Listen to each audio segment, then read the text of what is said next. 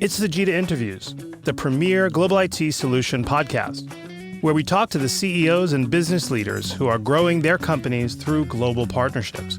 I'm your host, Emery, the Executive Director of the Global IT Alliance. Hi, this is Emery of the Global IT Alliance. I'm really excited today because this is not a fake background. This is actually New York City behind me. And it's great to be in New York City, but it's also great to be with a founder and CEO of Security HQ. Please welcome my guest, Feras Tappuni. Hi, Feras. Hey, Emery, how are you doing? Good. Glad to be here today. Really good, really good. Great background, great city. Yeah, it truly is. It truly is. I'm just glad you can't hear the sirens. Let's just leave it at that. Yeah. It's a pleasure absolutely. to see you again. So, Security HQ, what a great story. What a great company. Can you talk to me a little bit about what it's like founding an organization like this, Well, the trajectory and all the good stuff that goes along with it? Security HQ is not a startup. We've been in business for, 18 years now. Uh-huh. So I'm way past the startup phase. Still remember the startup phase and all the grind and grit and pain, which is excessive when you do a startup. Sure. I think 17 years ago, when we started off as a cybersecurity company, it's unrecognizable what we used to do 17 years ago to what we do today. It's totally unrecognizable. I spent the first year going around trying to sell my services and manage security service. And people were like, listen, for us, I really like you, but I got a firewall. I've got my antivirus. What do I need you for? I'm all set. I'm all set. And they were all set. But I used to say to them, but you're going to need me quite soon because it's going to get really complicated very quickly. I only had 2 or 3 staff back. And I remember the first managed security deal we got. And then it's just grown to what it is now, which is a global organization, which is fantastic. And it's Amazing. a lot of fun as well. But the stuff we used to get away with back then, we couldn't get away with it now. I'm sure not. That's what's happening. I'm sure not. Yeah. For the sake of our audience, tell me globally, where do you guys have offices? Where's your reach? We have, with my faith background, you can see some of the cities. So New York as well, where I'm based off. So New York, Brisbane, Australia, Johannesburg, South Africa, London, England, Dubai, and Pune, India. And we have 6 security operations centers in every one of those cities, and it's a 24/7 operation. Circa headcount is about 500 and something staff around the world and over 300 customers around the world. And it's in every sector you can imagine. Yeah. From government, airports, food production, you name it, every single sector, anybody with a network. Sure. Amazing. First of all, congratulations on that trajectory and that growth. That's so impressive. When you look at it, you talked a little bit about the challenges of when you started up. Talk to me a little bit about how that evolution has happened, where you see, to your point, where it was back then, but where is it now and how do you navigate it? I think you've always got to look at it from the perspective of the clients, right? That client wasn't incorrect when I said, oh, I've got my firewalls and I've got my antivirus. But actually, what he did was he put all his eggs in one basket on a perimeter-based control, right? That was it. Every hacker out there now can bypass all of these things one way or another. They're slower, they're getting through that, and they're doing it so many different ways. So it's just that environment has changed dramatically. What our customers really want now, they certainly don't want any more tech. And I'm sorry for the tech guys out there, right? Yeah. They really want a choke to hold. They want somebody to be responsible. They want somebody to be there when it goes down. Security really comes down into 2 main things, right? The capability to detect and the capability to respond. All these tools do the detection, and there's some brilliant tools out there that do that. But then the response, people go, well, okay, so what happens when you get that alarm? What happens when you see, okay, alarm says malware being deployed in your Active Directory, a disastrous scenario. That's what that ticket says, that alarm. What do you do now? Who are you going to call? What are you going to do? Who's that? It's Friday night. It's 10 o'clock on a Friday night. You can't raise. Nobody's picking up the phone.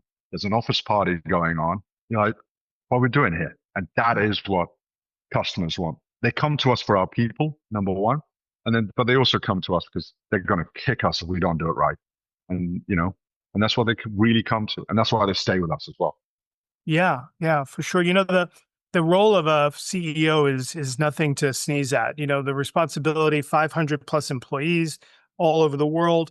As you were expanding the company, what were some of the inflection or turning points for you that said, I need to continue to expand and grow this operations? It's always driven by customers, right? Our clients drove us to open offices in some of their, where they're based.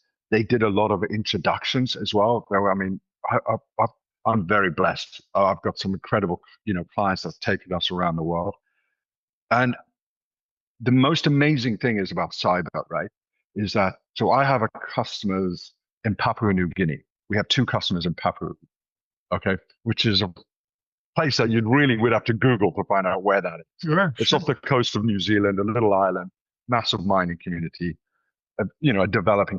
Their problems when you speak to a CISO in Papua New Guinea is no different to one speaking on Wall Street. They have the same problems. I don't have the people. I don't have the budget. I don't have the skills in house.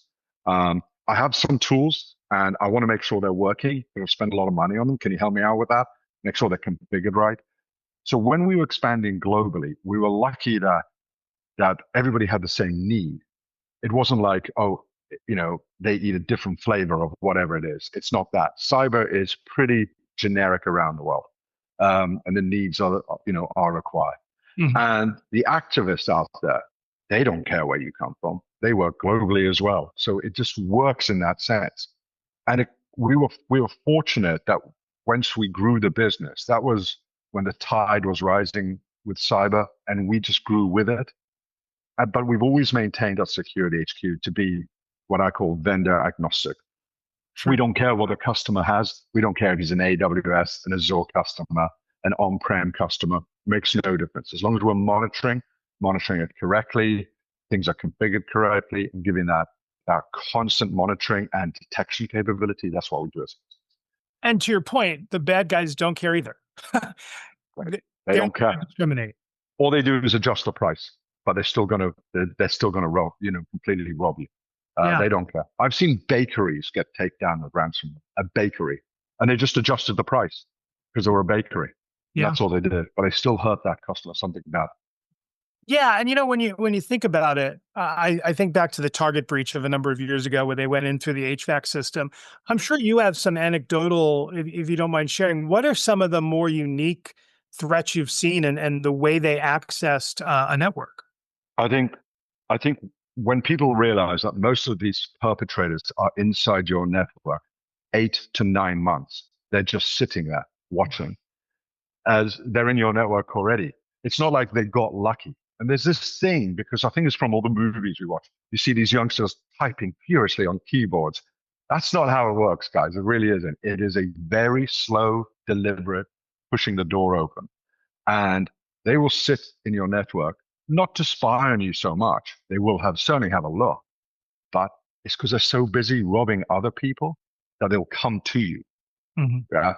And it works. I mean, you're talking about, so a BitLocker, a famous Russian group, right? Last year they bragged on their website that they're going to stop work for 6 months because they were struggling to launder. I think it was $2 billion that they had robbed.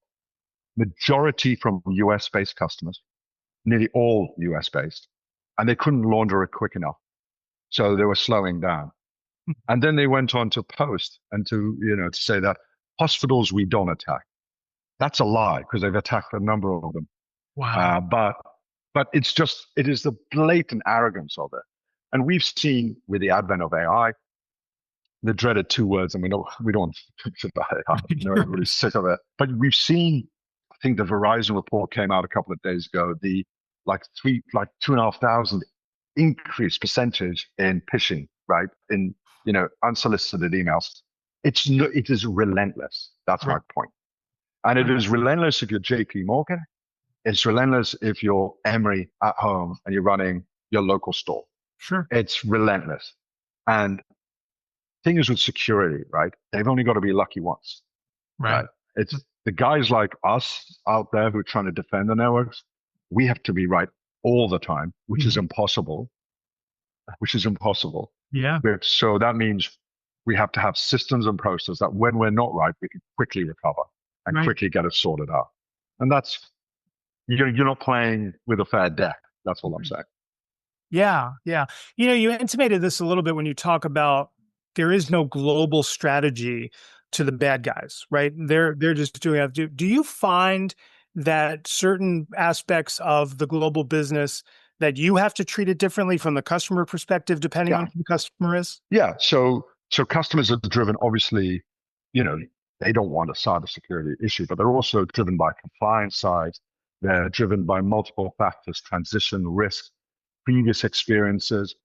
Customers, it sounds horrible, but a customer that's had a breach previously is what I call a highly mature customer.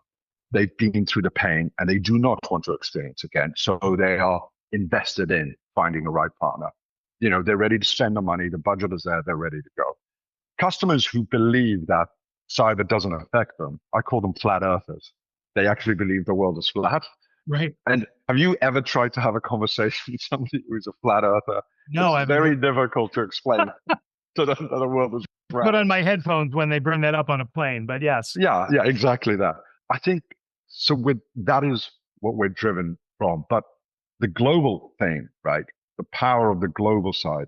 So when you look at the main perpetrators, and we all know the bad guys. Of course, you've got North Korea, China, Iran, Russia. Hmm. Hmm. Generally, to answer your original question, the Russians are there to extort. The Right. Russian groups that it is, they're based on, they're purely financial, merciless, merciless. They don't care who it is. It could be a care home, it could be a hospital. They don't care. They want your dollars. Okay. You have the Iranian groups who are just there to disrupt. They're, like vandals, basically. Hmm. Chinese want to harvest. They're just harvesting data, Mm. harvesting data. Of course, you have different groups within different things. And, people, if they're watching podcasts, oh, no, there's this Chinese group that also does it. Yes and no. But I find generally those are the kind of groups as well. North Korea is also a lot of extortion as well coming from them as well. And their links with organized crime is extraordinary. It That's really amazing. is extraordinary. Yeah. You spend Yeah. enough time on the dark web, Yeah. you can Yeah. do it. Fortunately, I've avoided that. So that's a good thing. It's a crowded space. You and I have talked about this before. It's a crowded space. If you could kind of give me some differentiators that make Security HQ unique in your approach or the way the company operates, what would you highlight? So security HQ, I mean, the space is crowded and you're seeing massive amount of consolidation within our space, right? This company bought this company. It's happening every single week. And that's just the maturity where we are as a business. But like I said, security HQ has grown to this global business because of it sticks to what it does, Hmm. right? It really does. So it's no different that Jaguar Land Rover, right? They've just been having a significant cyber attack 10 days ago, a significant one from a Russian group, we believe. But Mhm. if they started producing little electric cars, that would completely destroy their brand. We've got to stick to what we do. So what do we do as vendor agnostic is a major thing. We're not pushing a particular tech. We really are just we're a service-based business. So you'll sign a 3-year to a 5-year contract. It's on a, with a monthly price, and you get the 24/7 monitoring service and response included on a 15-minute SLA. And you get the full cavalry, humans. So when you call our security operations center, the webcams come on at 4 o'clock in the morning. There are people walking behind, real Wow. people. It's not automated. I mean, we use a lot of automation and AI in the back end, but it is not an automated service. Customers do not want to drink from the fire hose. They want to know, tell me the 3 things or the 5 things that I need to do, me and my team today. And ideally, if you could prioritize them, that would be really helpful. And by the way, can you check we've done it? I need a third pair of eyes to come and test it when you Wow. come in and do it. They want, we even when you call, so as part of the service, you get a weekly call running through your weekly report with the same analyst. So you build that relationship with that analyst. Yeah. We do change the analyst every now and then. Generally, no. And that's why at Security HQ, we have the lowest churn rate globally in the world Wow. because you always speak to the same guy. You can speak to anybody who wrote the ticket, and we do that at scale. And so there's a lot of MDR SOC providers out there. In the US, unfortunately, don't take this as a criticism to the industry. No, I will criticize it. That a lot of them are really quite poor at what they do, and they're Mm, really frustrated and kind of spoiled for well a little bit.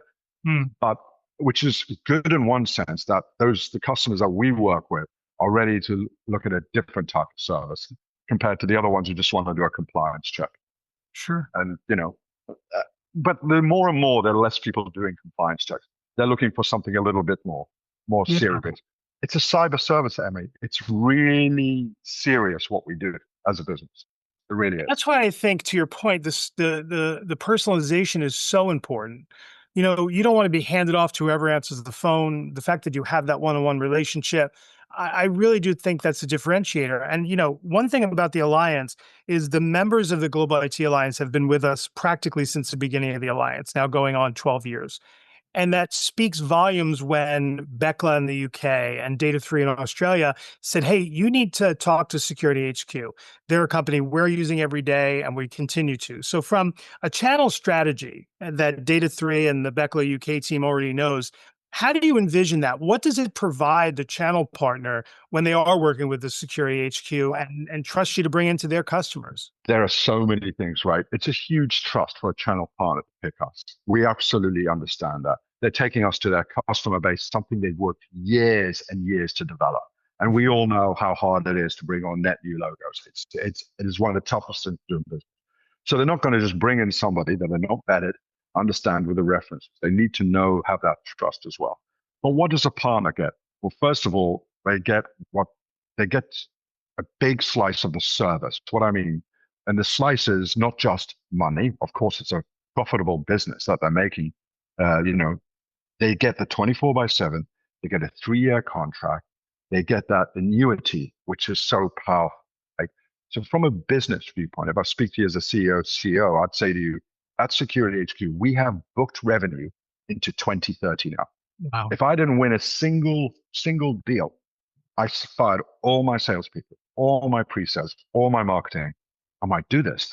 Get rid of all these people and just the company wouldn't collapse. It would be a slow descent because we have those booked contracts. All we'd have to do is slowly keep servicing it.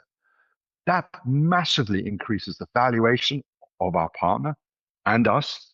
It's a win-win. And when you have an incredibly low churn rate, so I'll give you some numbers.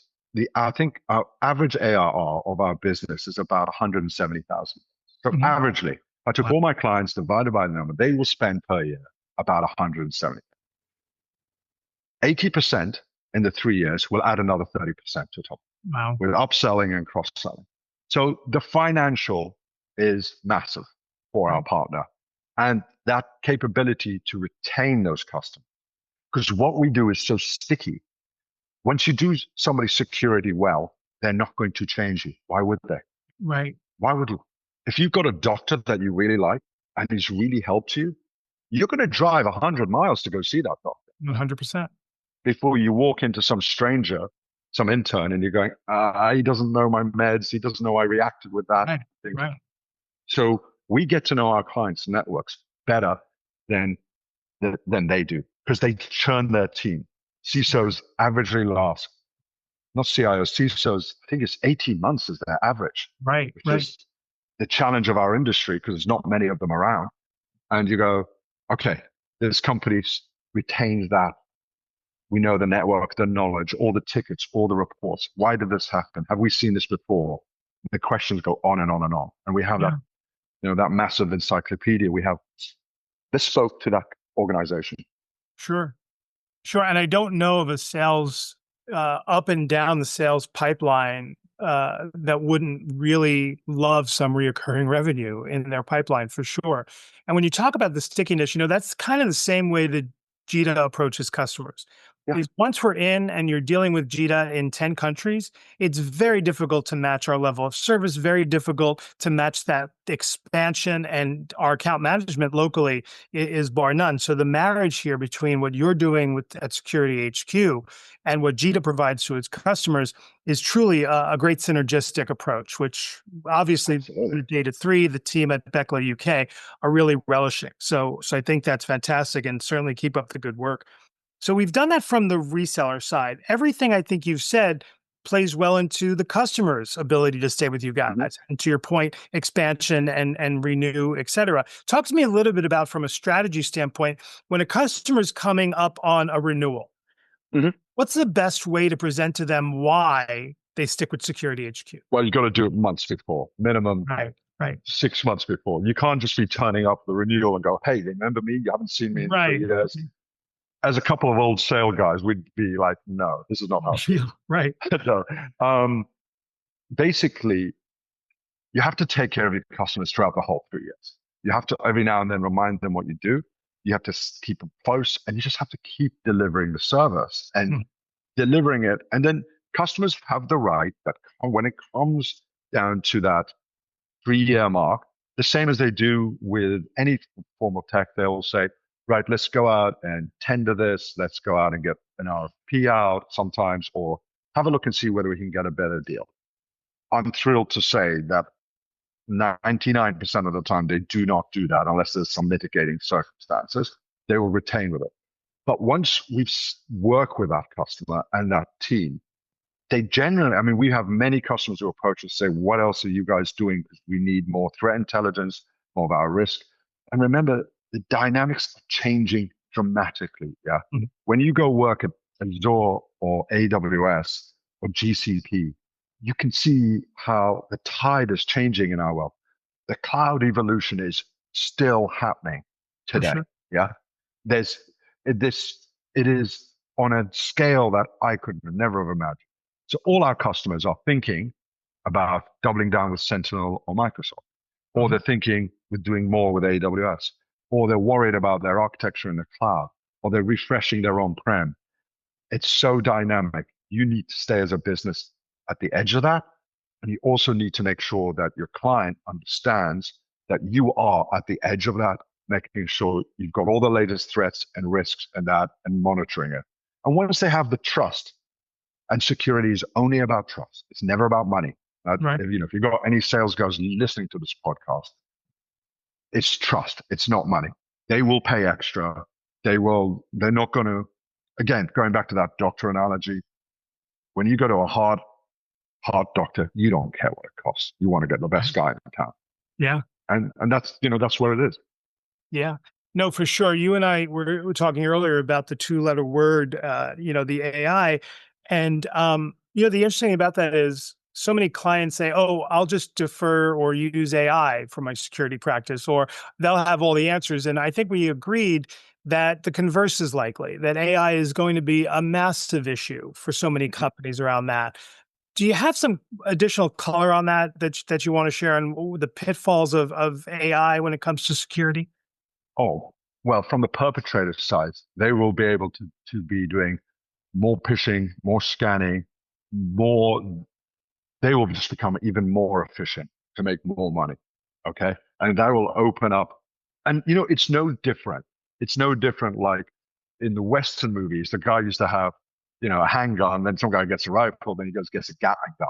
And everybody gets a bigger gun as they go down the road. And Yeah. now look at us. Now we've got satellites and submarines and everything. It is no different, guy. When somebody talks to me about, oh, AI is going to change everything, it is, but it'll change both ways. Mhm. We'll get a lot better and so will they, Mm. guys. So the water level will just go up.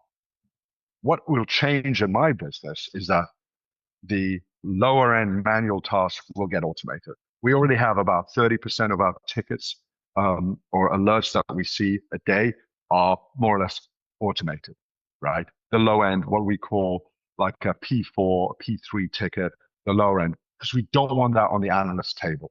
It creates a lot of white noise and you want to Yeah. get it off. You want to get to the juice, the real middle bit as well. But we even using AI for legal contract. But I was explaining it to my kids about it. I said, think about it as an electric screwdriver. Yeah.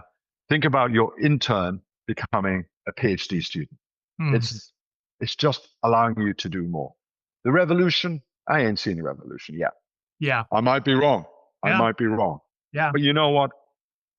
There's a certain CEO of a security company. He said 6 years ago, in 5 years' time, SOX will not have any people in it. Nonsense. Hmm. Absolute nonsense. Hmm. And I'm not getting on a plane that hasn't got two gray-haired pilots in the front of it. I'm 100%. not. 100%. No. We both travel a lot, so I always look in the cockpit for sure. Yeah. No, that's great. One of the things that's a testament certainly to your leadership, and you touched on it when you talked about tenure of your employees. But personally, I've been very impressed. I've had interactions with Samantha, George in the UK, Samantha here in New York, and it's clear that your staff is passionate about what you do, passionate about the company. So I just wanted to extend that compliment that clearly from a Thank you. leadership perspective, you're doing the right thing. So congratulations on that.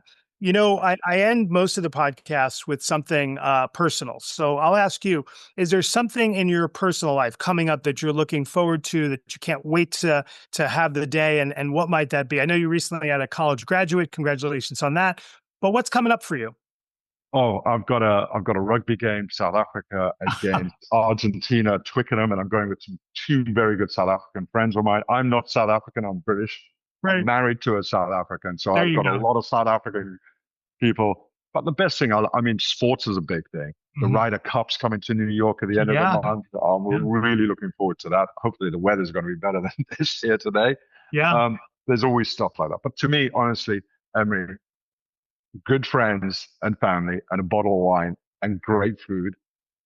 That is the best night for me. Well, Honestly, that I is the think best night. just become best friends. So there you go. That's great. Well, this has been great. I certainly appreciate you joining me today. Folks, in the link for Security HQ, please check them out. If you've got any additional questions, reach out to the Alliance. Feel free to check out the Alliance at www.jita.com. We look forward to it, and we appreciate you joining us today. Thank you.